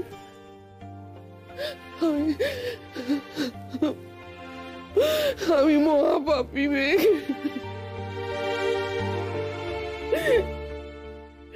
কোনোদিনের জন্য তোদের দুজনকে আমি আশীর্বাদ করিনি, কোনোদিনও না। কোনোদিনও ঠাকুরের কাছে তোদের দুজনের জন্য প্রেয়ার করিনি। কি করে সুখী হবি বলতো? কি করে সুখী হবি? আগো, তুমি শান্ত হও প্লিজ, এভাবে কেঁদো না মা, প্লিজ চুপ করো। পারছি না মে, আমি আমি নিজেকে কিছুতেই ক্ষমা করতে পারছি না মে। আমি দেখেছি মে, আমি দেখেছি যে তুই খুব আশা করতিস যে মা অন্তত একবার আমার কাছে আসুক, একবার আমার মাথায় হাত রেখে আমাকে আশীর্বাদ করুক। করিনি,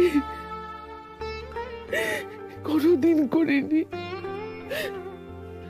মায়ের খারাপ নজর লাগলে সন্তানের জীবনে কি করে শান্তি আসবে বলতো?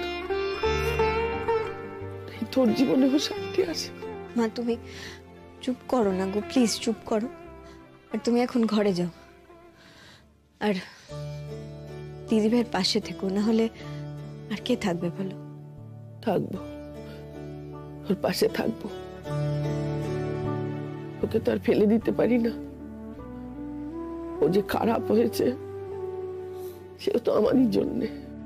মা এসব ছাড়ো, চলো ঘরে গিয়ে একটু শোবে, চলো এসো। আমার পাশটাতে একটু বসবি মা? আয় না মা, একটু বস। সবকিছু এত সহজে শেষ করে দিস না মা। আমি বলছি মা, দেখবি একদিন সব ভুল বোঝাবুঝি মিটে যাবে। সব। ময়ূরীকে আমি তোর সংসারের দিকে কোনোদিন তাকাতেও দেব না। মা, দিদিভাইকে তুমি আমার সংসারের দিকে তাকাতে না দিলেও নীলকে কি বদলাতে পারবে? পারবে না তো।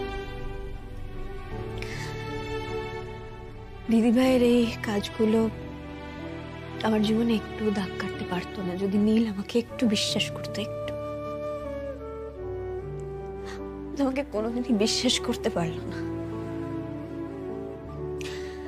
আর আমার জীবনের এই পরিণতির পিছনে তো শুধুমাত্র দিদিভাইয়ের হাত নেই, আছে নীলের অবিশ্বাস, সন্দেহ। সেটা তুমি কি করে বদলাবে বলো? আর কিছু করার নেই মা, তুমি নিজেকে এভাবে দোষ দিও না, আর কিছু করার নেই। হয়তো আজকের পর আমি আর কোনোদিন কোনো রকম অনুরোধ করার জায়গাতেই থাকবো না। চিরকালের মতো আলাদা হয়ে যাবে তোমার আর আমার রাস্তা। আর তুমি তোমার বন্ধু থাকবে না ভুলেও দিয়েছ। মেঘ, ফর দ্য লাস্ট টাইম, শেষবারের মতো আমার গাড়িটায় আমার পাশের সিটটায় বসবে প্লিজ। বিচ্ছেদের দরজা অব্দি না হয় আমি আর তুমি একসঙ্গে যাব। ফোনের লাইনটা যখন এখনো কেটে দাওনি, আমি ধরে নিলাম তুমি আমার কথাগুলো শুনছো। আমি খুব খারাপ মেঘ, তো ওই খারাপ মানুষটার সঙ্গে তোমার কিছু ভালো মুহূর্ত তো আছে যেটা স্মৃতি হয়ে উঠতে পারেনি। মেঘ না হয় সেই ছোট ছোট মুহূর্তগুলোকে পাথেয় করে আমরা এই পথটুকু একসঙ্গে যাই। মেঘ আজকে আর না বলো না প্লিজ। আর তো তোমাকে কোনোদিন কোনো অনুরোধ করতে আসবো না। এই রিকোয়েস্টটা মানো প্লিজ। ঠিক আছে, তবে একটু শর্তে। যেটুকু বুঝলাম, নীল মেঘকে নিয়ে কোর্টে যেতে চাইছে, কিন্তু মেঘ রাজি হয়ে গেল। এত কিছুর পরেও মেঘ নীলের সঙ্গে কোর্টে যাবে? কি শর্ত? তুমি আমাকে ফিরে যাওয়ার জন্য ইনফ্লুয়েন্স করবে না। একটা বারের জন্যও যদি কথা সেই দিকে যায়, আমি কিন্তু গাড়ি থেকে ওই মুহূর্তেই নেমে যাব। বেশ, তাই হবে। তখনই আমি ওকে বুঝতে ভুল করেছিলাম। একটা ফিকল মাইন্ডের দুর্বল চিত্তের ছেলে। মেঘের গভীরতা বোঝার সাধ্যই ওর নেই, ক্ষমতাই নেই। বাপি, এই না, বলছিলাম নীল বলছে ওর সঙ্গে যাওয়ার জন্য জেদ করছে। দেখো, এসব নিয়ে আমার অশান্তি আর ভালো লাগছে না। আমি বলেছি যাব ওর সঙ্গে, কারণ ও আবার না গেলে যদি জেদ করে বলে যে আমি যাব না কোর্টে, তখন আবার ডেট পিছিয়ে যাবে, আবার কবে ডেট পাবো না পাবো। তাই আমি ঠিক করেছিস, ঠিক করেছিস। তুই যা, আমি জিষ্ণুকে নিয়ে চলে যাচ্ছি। জিষ্ণুর যাওয়ার দরকার কি? দরকার আছে মা। জিষ্ণু আমার বন্ধু, আমি চাই ও ওখানে থাকুক। আর তাছাড়া জিষ্ণু বারবার বলছিল ওখানে থাকবে, তাই। আমি কিছু বলতে পারি? থাক না ময়ূরী, তুমি এসবের মধ্যে কেন ঢুকছো? অনেক তো হলো, তুমি ওদেরকে ওদের মতো করে ছেড়ে দাও। ওদের ব্যাপারে তুমি আর কোনো কথা বলতে এসো না, কেমন? আমি সেরকম কিছু বলছিও না মা, আমি শুধু একটা কথা মনে করিয়ে দিতে চাইছি মেঘকে। আমার মনে হয় ওর একটা কথা মাথায় রাখার দরকার, কারণ ও তো নীলকে ডিভোর্স করতে চায়, এটাই ও বারবার বলছে। দেখ, এটা তো হতেই পারে, তোকে জিজ্ঞেস করলো আপনি কোর্টে কিভাবে এলেন, তুই বললি নীলের সঙ্গে এসেছি, তখন তো ওরা এটা বলতেই পারে যে কেন, তোমার তো নীলের সঙ্গে তার মানে সবকিছু ঠিকই আছে, কোনো প্রবলেমই নেই, তাহলে ডিভোর্সের কি দরকার? তো সেটা তো প্রবলেম ক্রিয়েট করতে পারে, তাই না? ঠিক আছে, বাট এখন যদি আমি নীলের সঙ্গে না যাই না, সেই অজুহাতে নীল আজকে না গিয়ে আজকের ডেটটা পুরোপুরি নষ্ট করে দিতে পারে। দেখ, দুক্ষেত্রেই তো রিস্কটা আমার, তাই না হয় কোর্টকে বলবো না যে আমি নীলের সঙ্গে এসেছি। নীলও তো বলে দিতে পারে। How do you know? তোকে সঙ্গে করে নিয়ে যাওয়াটা হয়তো নীলের একটা বেশ ক্যালকুলেটেড চাল। কি হলে কি হতে পারে সে সমস্ত ভেবে লাভ নেই। মেঘ যেটা করবে বলে ঠিক করেছে ও সেটাই করবে। Thank you.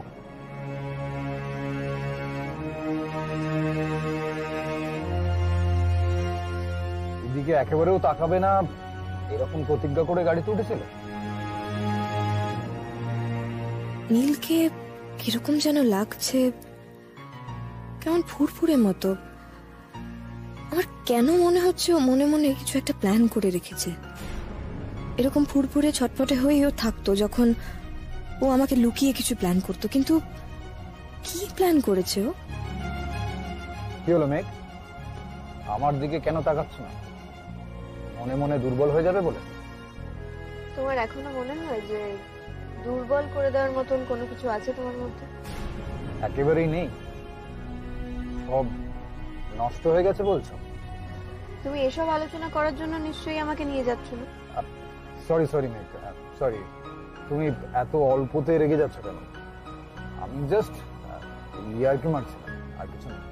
নীল, তুমি সবকিছু এত হালকা এত ক্যাজুয়াল ভাবে কি করে নিচ্ছ আমি তো বুঝতে পারছি না। দেখো, সবকিছু আমার কাছে এতটাও ক্যাজুয়াল এতটা হালকা নয়, তো তুমি প্লিজ একটু চুপ করে বসো, আমার ভালো লাগছে না।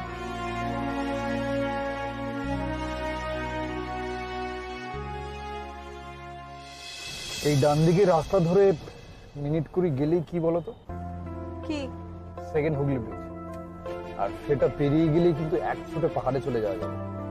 ধরো কোর্টে যাওয়ার বদলে তোমাকে যদি ইলপ করি, আর তারপর যদি চলে যাই ডুয়ার্সে বা সিকিমের কোথাও, বিশ্বাস করো আমার না খুব ইচ্ছে করছে তোমাকে নিয়ে পালিয়ে যেতে।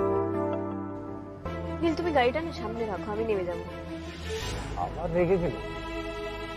আচ্ছা, একটু মজাও কি করা যাবে না? তাছাড়া আমার যেটা ইচ্ছে করছে আমি তোমাকে সেটা জানালাম। নীল, আমার না ভালো লাগছে না। তুমি এগুলো করে কি প্রমাণ করতে চাইছো বলো তো? যে আমাদের মধ্যে কোনো সমস্যা নেই, সবকিছু একদম ঠিক আছে, আমরা দুজনে মিলে কি জয় রাইডে বেরিয়েছি এটাই প্রমাণ করতে চাইছো? নীল, তুমি গাড়িটা থামিয়ে দাও, আমি নেমে যাচ্ছি। সরি। আচ্ছা ঠিক আছে, আমি আর কিছু বলছি না। আমার মনের মধ্যে যা যা ছিল আমি সেগুলো বলে দিয়েছি। Very sorry. ময়ূরী, তুই আমার প্রথম সন্তান। বিয়ের 5 বছর পর তুই আমার কোলে এলি।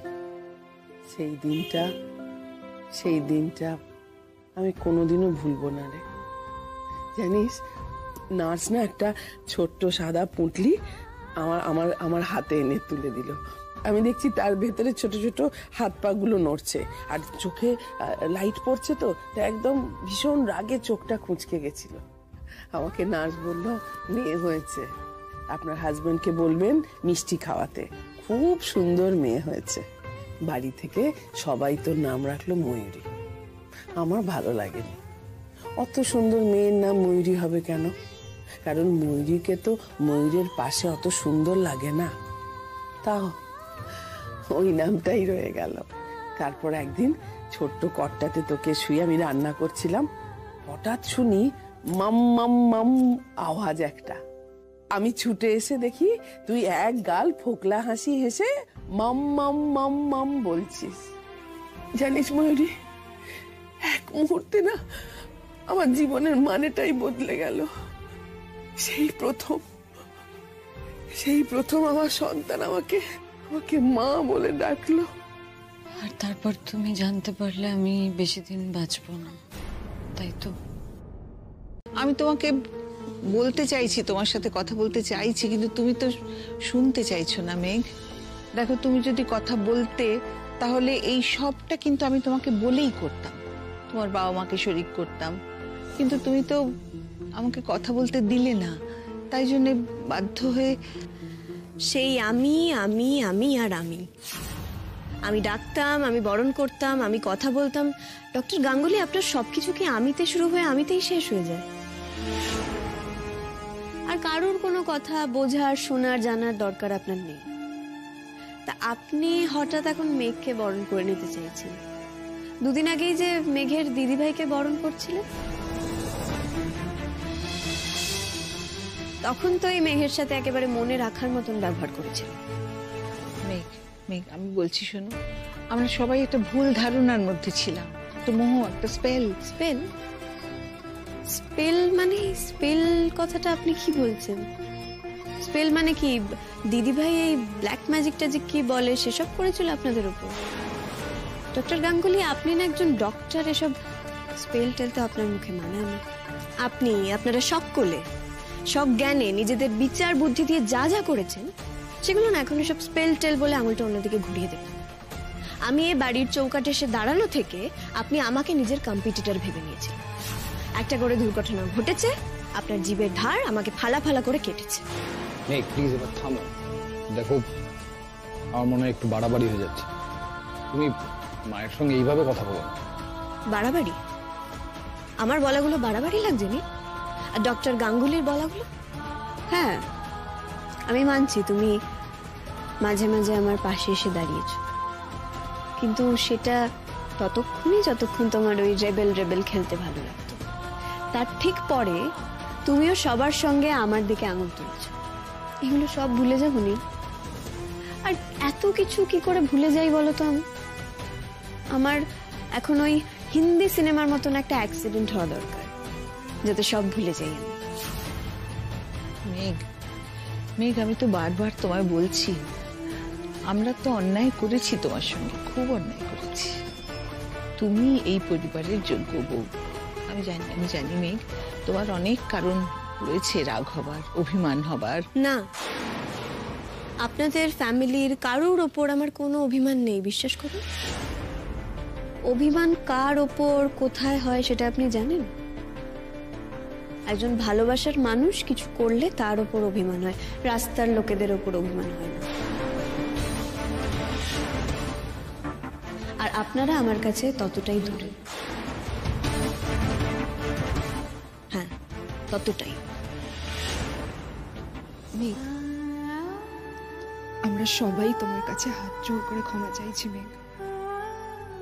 আমরা সবাই তোমাকে চিনতে ভুল করেছিলাম, ভীষণ ভুল করেছিলাম মেঘ।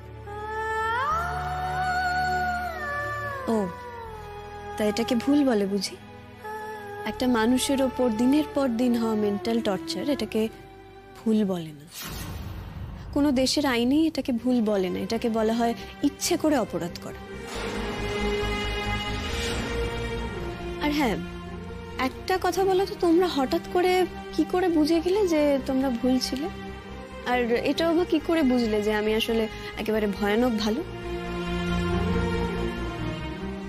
আর ডক্টর গাঙ্গুলি, আপনার হঠাৎ কি করে মনে হলো যে আমি নাকি এ বাড়ির যোগ্য বউ? গত সপ্তাহ পর্যন্ত তো সেটা মনে হয়নি। আর যোগ্য বউ?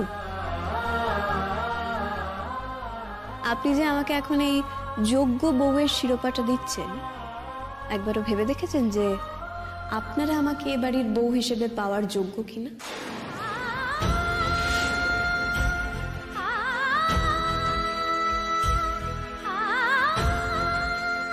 আপনাদের এই যোগ্য অযোগ্য এসবের মাপকাঠিতে এতদিন ফেল করতে করতে মেঘ হঠাৎ পাশ করতে পারে, কিন্তু এই বাড়ি আমার যোগ্য না। হ্যাঁ, আমি এটাই বলছি। এটাকে আপনাদের অহংকার মনে হলে তাই, আর বাড়াবাড়ি মনে হলেও তাই। ডক্টর গাঙ্গুলি, আপনাদের ফ্যামিলির কেউ না আমার যোগ্য নয়, জানেন তো। আমার বাপি আমাকে অনেক ভালোবাসা দিয়ে, অনেক যত্ন দিয়ে, শিক্ষা দিয়ে বড় করে তুলেছে। আমাকে আত্মসম্মান বোধের পাঠ দিয়েছে। আর এই বাড়িতে আমি যে কটা দিন ছিলাম, আমার সেই আত্মসম্মান বোধেই ধাক্কা লেগেছে। হ্যাঁ, সবকিছু বিসর্জন দিয়ে, মাথা নিচু করে, মাথায় ঘুমটা টেনে আপনাদের পদসেবা করার শিক্ষা আমার বাপি আমাকে দেয়নি। সেটা কিন্তু এই বাড়ির কেউ তোমার কাছে এক্সপেক্ট করে না। মেঘ, জানি তুমি প্রচন্ড রেগে রয়েছো, আর সেই জন্য এই কথাগুলো বলছো, তাই না? বলো। যা বলছি নিজের জ্ঞানে বলছি, বেখেয়ালে কিচ্ছু বলছি না। বা যা বলছি সেটা আমি ভুল বলছি বলে পরে আমি একটু অনুশোচনা করব। আর কি জন্য হঠাৎ করে আমি আপনাদের চোখে এতটা ভালো হয়ে গেলাম বলুন তো? কি জন্য?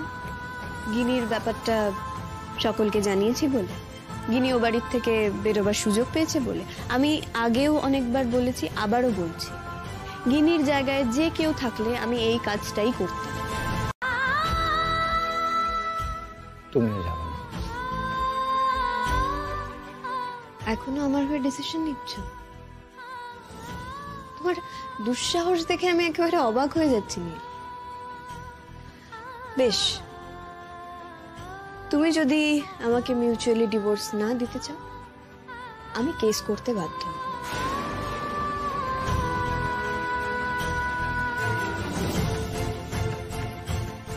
আর একটা কথা ভালো করে মাথায় গেঁথে নাও, এত কিছুর পরে আমি তোমার সঙ্গে এক ছাদের তলায় থাকবো না, তোমার সঙ্গে সংসার করতে পারবো না। এবার তুমি বলো, কোর্টে যাবে হ্যাঁ কি না?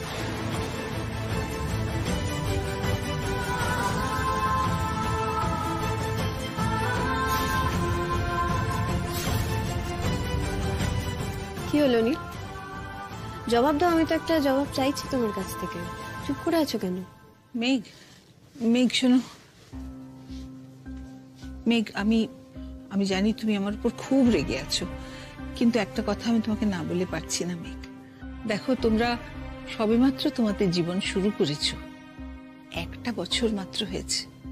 সামনে তোমাদের লম্বা জীবন, তোমরা দুজন একসাথে মিলিতভাবে সেই জীবন কাটাবে। এখন অন্য কারোর কারণে তোমরা তোমাদের সেই জীবনটাকে নষ্ট করে দিও না। তাই জন্য আমি তোমাকে অনুরোধ করছি, তুমি প্লিজ প্লিজ আর একটিবার একটু ভেবে দেখো, নিজেকে একটু সময় দাও, তুমি নিজে একটু সময় নাও। দেখো, সবকিছু ভেঙে ফেলতে তো কোনো সময় লাগে না, কিন্তু গড়তে অনেক সময় লাগে। নিজেদের সম্পর্কটাকে বাঁচিয়ে রাখতে অনেক ধৈর্য লাগে। মেঘ, কে জানে এই কথাগুলো হঠাৎ করে আপনাদের এই শেষ কদিনে কেন মনে হচ্ছে? মানে আমি তো 1 বছর আগে যে মেঘরাই ছিলাম, এখনো সেই মেঘরাই আছি। হ্যাঁ হ্যাঁ, আমি জানি তুমি একই আছো, কিন্তু আমাদের তোমাকে চিনতে। Please doctor Ganguly, please. আমি এত সময় নষ্ট করে না বোঝার মতন কিছু কথা কিন্তু বলিনি, তাই এসব কথা আমাদের না বলাই শ্রেয়। আর নীল, আমাদের তো কোর্টে যেতে হবে, আমিও যাচ্ছি, তুমিও চলো, কারণ এখানে দাঁড়িয়ে বেকার সময় নষ্ট করে তো কোনো লাভ নেই। মেঘ, এটা তোমার অকারণে সময় নষ্ট করা মনে হতে পারে, কিন্তু আমার নয়। এটা আমার জীবন মরণের প্রশ্ন। আর একটা কথা তোমাকে বলে দিই মেঘ, আমি কোর্টে যাব না। আমি পিটিশনটা উইথড্র করব, আর আমি ভরসা রাখি তুমিও আমার কথা শুনবে, বুঝবে, আর নিজের জায়গায় ফিরে আসবে। এটা তোমার নিজের জায়গা নয়। আসলে কি বলতো, নিজের জায়গা কাকে বলে না, সেই বোধটাই তোমার নেই। যাই হোক, আমি কোর্টে যাচ্ছি, সেখানেই তোমার জন্য অপেক্ষা করব।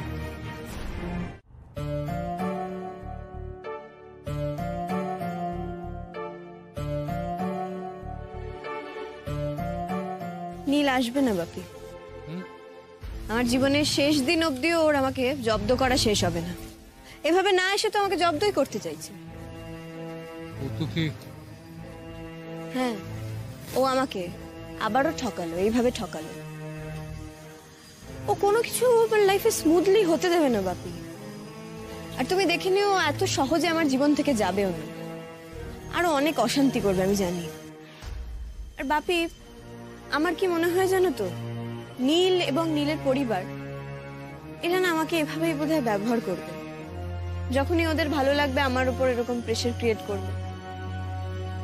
একটা অনেস্টলি কথা বলবো, ওদের এই ব্যবহারগুলোর থেকে না ওদের যে আমাকে পছন্দ না করাটা, সেটা আমার হ্যান্ডেল করতে অনেক বেশি ইজি হতো। এটা আমি পারছি না বাপি নিতে। বাপি, ওদের ওই হিপোক্রিট মুখগুলো দেখলে আমার এত রাগ হয় না, তোমাকে কি বলবো। আমি একেবারে রাগে ভেতরে ভেতরে কাঁপছিলাম। তুমি ভাবতে পারবে না ওরা কতটা নির্লজ্জ। শান্ত শান্ত শান্ত। একটা দুশ্চিন্তা আমার হচ্ছিল, নীলের গত কয়েকদিনের ঘটনা দেখে এটা আমার মনে হয়েছিল যে কিছু একটা গন্ডগোল করবে। তার জন্য ওর সঙ্গে যাওয়াটা তোর আমার পছন্দ হয়নি, কিন্তু ও যে এইরকম করবে সেটা আমি। বাপি, এখন কি হবে, কি করবো বলো তো? আমি কি সারা জীবনে এরকম একটা অদ্ভুত লাইফ লিড করব? একদমই নয়। তুই একটা সুস্থ স্বাভাবিক লাইফ লিড করবি।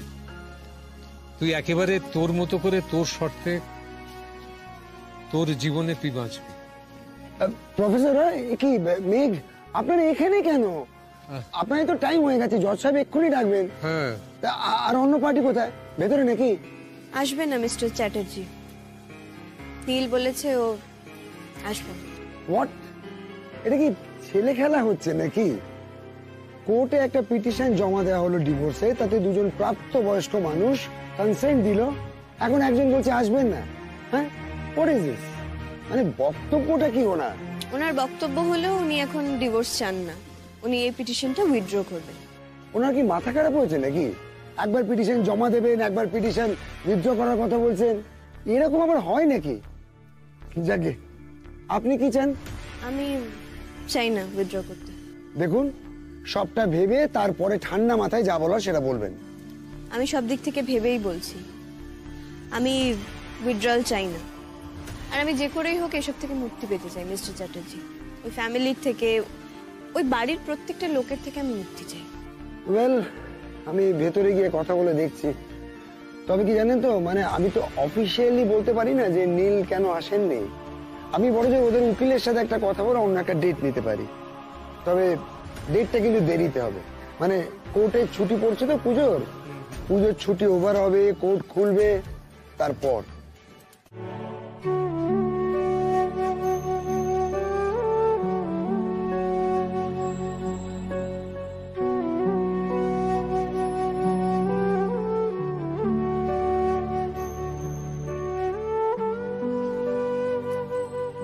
এইভাবে ঘরে বসে ব্রুট করে কি হবে?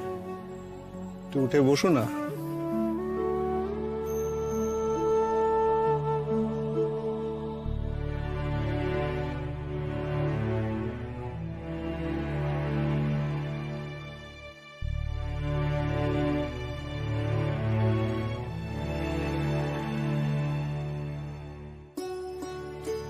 ভাল লাগছে না আমার ত্রিদীপ, আমার কিচ্ছু ভাল লাগছে না। আমাকে তোমরা একটু আমার মতন ছেড়ে দাও। আমি যেটা বলছি সেটা একটু শোনো না, কফিটা খাও না।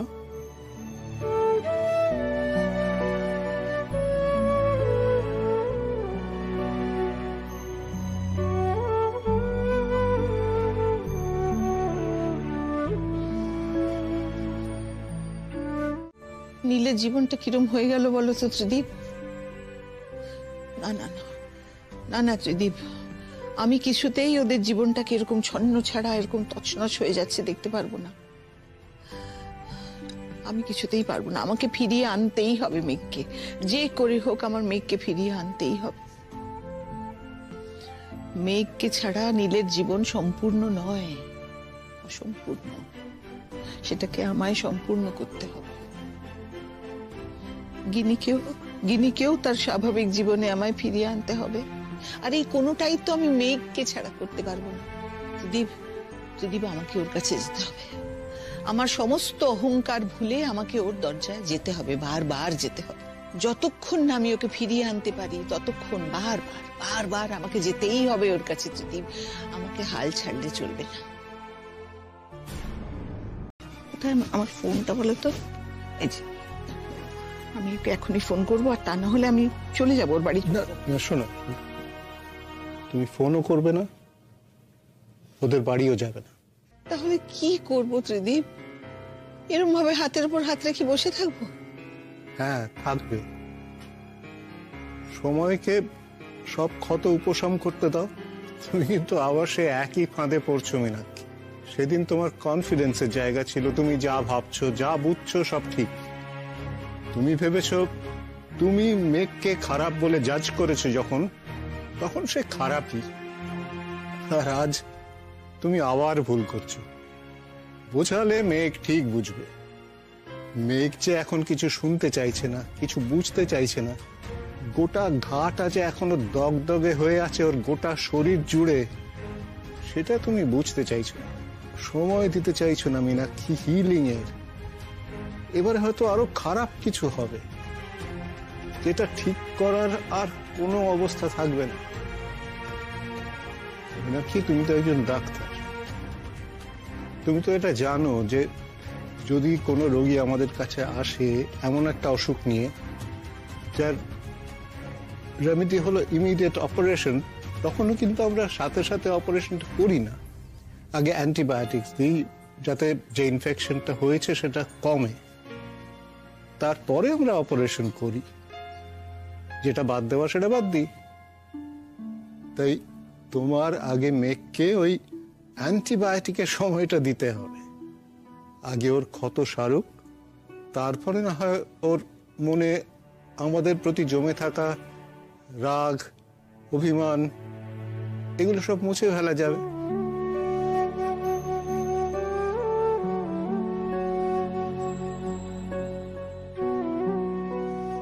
সব আমি নষ্ট করে ফেললাম, আমি সবটা নষ্ট করে ফেললাম। এত বড় ভুল আমার হয় কি করে ত্রিদীপ? আমি যে কিছুতেই নিজেকে ক্ষমা করতে পারছি না।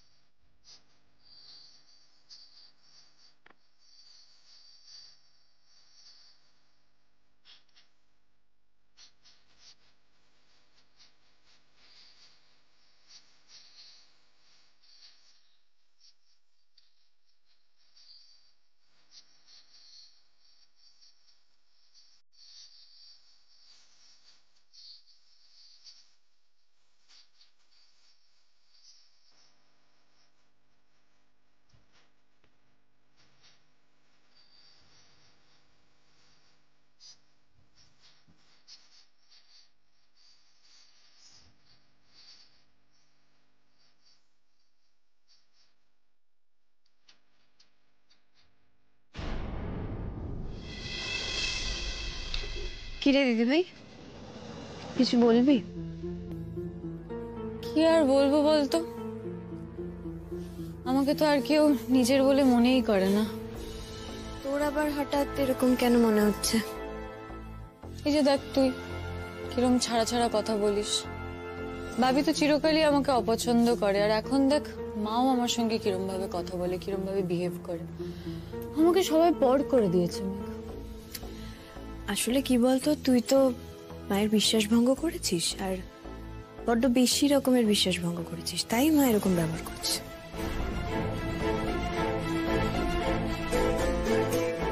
কার জন্য গানটা গাইছিলি? মানে কোন বন্ধু আসার কথা বলছিলি যে কি একটা গাইছিলি না? ভরিয়া পড়ান শুনিতেছি গান সামথিং আসিবে মোর বন্ধু সামথিং। যেটা করতে হবে সৌরনীলাকে ছাড়া কিন্তু এটা আমাদের হবে না। তো সৌরনীলাকে বলবো যে নিজে এই তো সৌরনীলা। কি ব্যাপার তোমরা এখানে? তোমাদের প্রস্তুতি কমপ্লিট তো? ঠাকুর এসছে? হ্যাঁ ঠাকুর এসে গেছে, কিন্তু এখন আবার কিন্তু কেন? এখন তো আর কিন্তুর কোনো সময় নেই, কাল থেকে পুজো শুরু। তবে এখন যা অবস্থা, এখন তো প্রতিপদ থেকে পুজো শুরু হয়ে যায়। তাজা বলেছো সৌরনীলা, প্যান্ডেলে কি ভিড় দেখেছো? এরা মনে হচ্ছে ষষ্ঠীর আগেই সব ঠাকুর দেখে ফেলবে। আচ্ছা, দুর্গাপুজোর আগেই যদি এরা সব ঠাকুর দেখে নেয়, তাহলে পুজোর সময় এরা কি দেখবে বলো তো? হ্যাঁ দেখ, হয়তো ষষ্ঠীর দিনই কোথাও কোথাও কালী পুজোর উদ্বোধন হয়ে যাবে, ওরা গিয়ে সেটাই দেখবে। তাজা বলেছো। শোনো না সৌরনীলা, বলছি আমাদের এই দুর্গাপুজোর ব্যাপারে তোমার সঙ্গে একটু কথা ছিল। হ্যাঁ, আমার সঙ্গে পুজোর ব্যাপারে কি ব্যাপার বলো তো? তোমরা কিন্তু আমাকে নার্ভাস করে দিচ্ছ। এই না না, শোনো না, বলছিলাম আমরা এবার ঠিক করেছি, মানে আগে থেকে ঠিক করিনি, কালকের মিটিংয়ে ঠিক করেছি।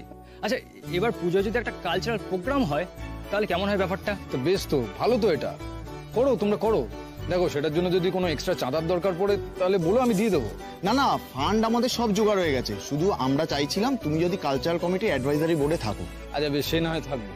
তোমাদের তো এবারে 49তম বছর দেখলাম, একটা ভালো করে ফাংশন হোক। আমরা জানতাম আমাদের না বলে ফেরাতে পারবে না। সৌরনীলা, আর একটা ছোট্ট রিকোয়েস্ট আছে। আবার কি রিকোয়েস্ট?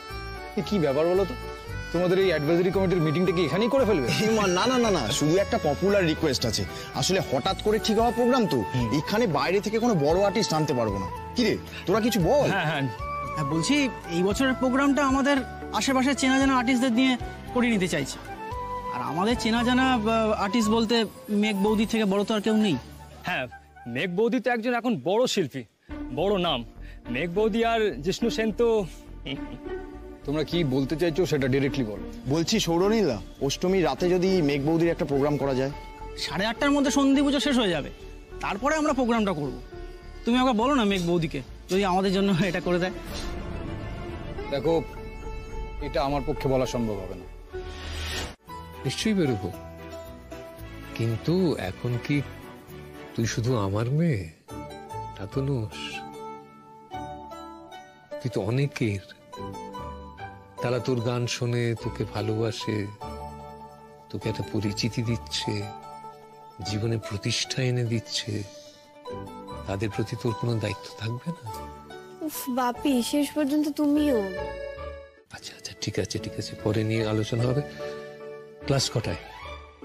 আমার এই তো 11:30টায়। ভালো, আমি তোকে নামিয়ে দিয়ে যাবো। হ্যাঁ, আর বাপি, মার শরীর এখন ঠিক আছে তো? মায়ের শরীর ঠিক আছে, কোনো চিন্তা নেই। কিন্তু দিদিভাইটা এখনো কেমন গুম হয়ে রয়েছে, কথাও বলছে না, ঘর থেকেও বেরোচ্ছে না। ওর এই গুম হয়ে থাকাটাই না আমার ভীষণ ভয় করে। মাথায় কি ঘুরছে কে জানে।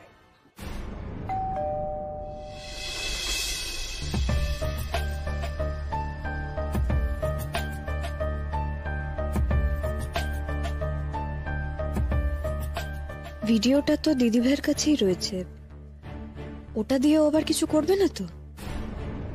হয়তো ওটা হাতিয়ার করেই ও নীলের কোনো চরম ক্ষতি করে ফেললো। ধুর, আশ্চর্য, আমি কেন এসব ভাবছি? নীল যেটা করেছে সেটার ফল যদি ওর ভোগ করার হয় তাহলে ও ভোগ করবে, ব্যাস।